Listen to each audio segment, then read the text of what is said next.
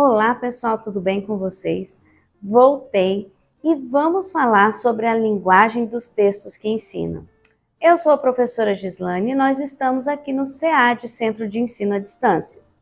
E aí, que linguagem é essa e que textos que ensinam são esses?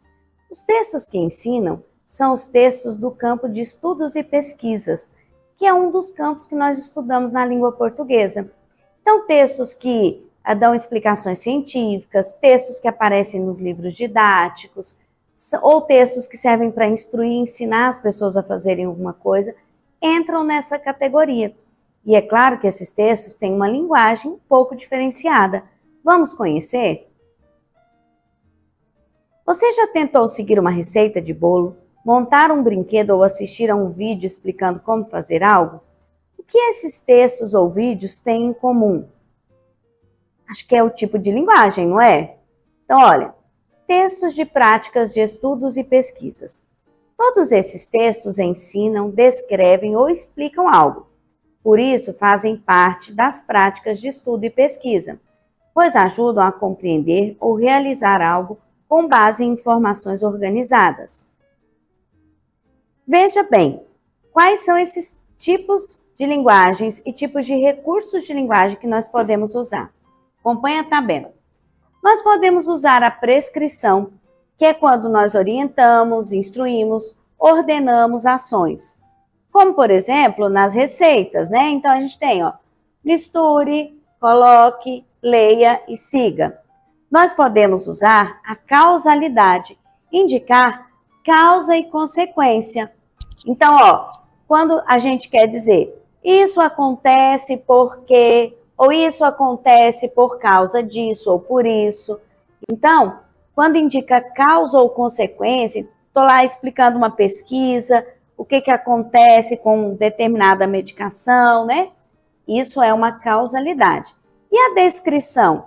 Ela serve para caracterizar pessoas, objetos e lugares, né? E aí nós vamos usar muitos adjetivos, grande, azul, frio, organizado, e elas podem aparecer no texto, né? Então, se eu falo assim, escolha uma forma grande, quer dizer, ela está descrevendo o tamanho da forma que você vai usar, né? A exposição é o que é mais utilizado nos nossos textos dos livros didáticos. Serve para explicar um conceito ou uma ideia. Como, por exemplo, o ecossistema é um conjunto de... E aí ele vai explicando, né? Nós usamos muito a exposição nas nossas aulas, porque é um gênero textual, é um tipo de recurso da língua que serve para explicar conceitos ou ideias. E a ordenação de eventos, quando organiza fatos numa sequência correta. Primeiro faça isso, depois faça isso, por fim. Então, nas receitas, ou às vezes nos manuais de instrução, ou até mesmo se você estiver ensinando uma pessoa a fazer uma experiência científica, você vai usar essa ordenação de eventos para explicar para a pessoa quais são os passos e a ordem desses passos. Por isso, ordenação.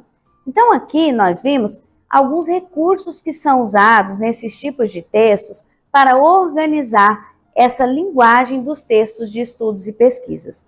Você pode observar que os textos que servem para orientar, para ensinar, vão seguir algumas dessas características, alguns desses recursos aí, não é?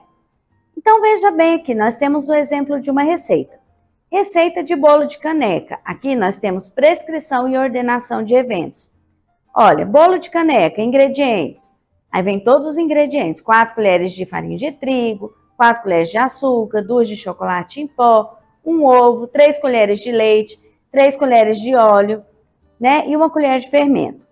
Aí a gente tem aqui a ordenação, Misture todos os ingredientes, a primeira coisa. Depois, leve ao micro-ondas. Espere esfriar. Então, que tipo de linguagem que nós temos nesse texto? Ela é descritiva, explicativa ou instrucional? Ela é instrucional, ela traz aqui uma instrução, não é? Instrucional ou prescritiva, significa a mesma coisa. Quais verbos indicam ordem? São os verbos no imperativo, lembram? Misture, leve, espere, que dão uma ordem de como você deve fazer.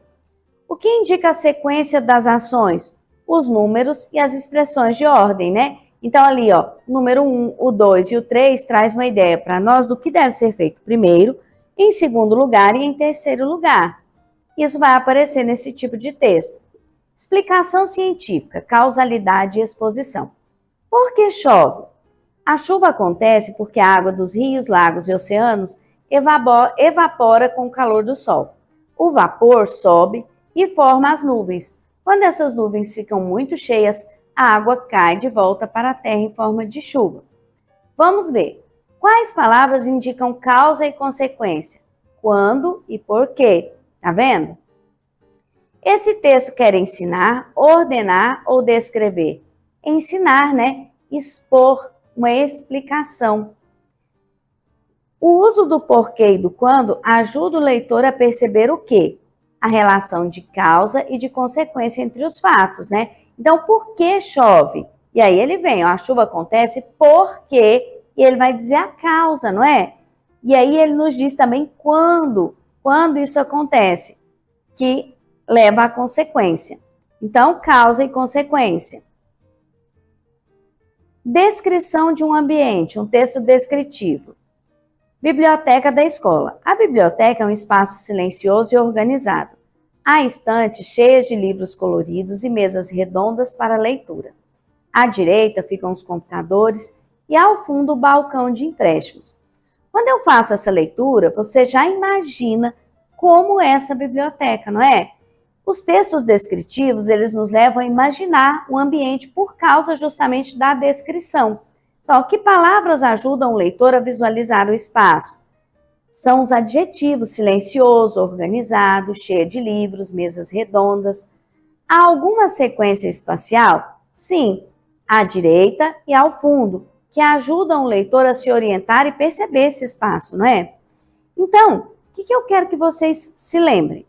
Que esses textos que vão servir para ajudar, para instruir, para ensinar as pessoas a fazerem alguma coisa, né? Para apresentar conceitos e explicações, que são textos do campo de estudos e pesquisas ou textos instrucionais também, eles vão seguir ou usar alguns recursos para alcançar esse objetivo.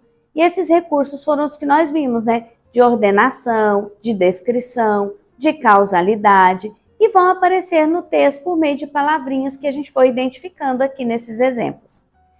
Então, agora eu vou terminando a minha aula por aqui. Espero que você tenha compreendido e eu te aguardo para a nossa próxima aula.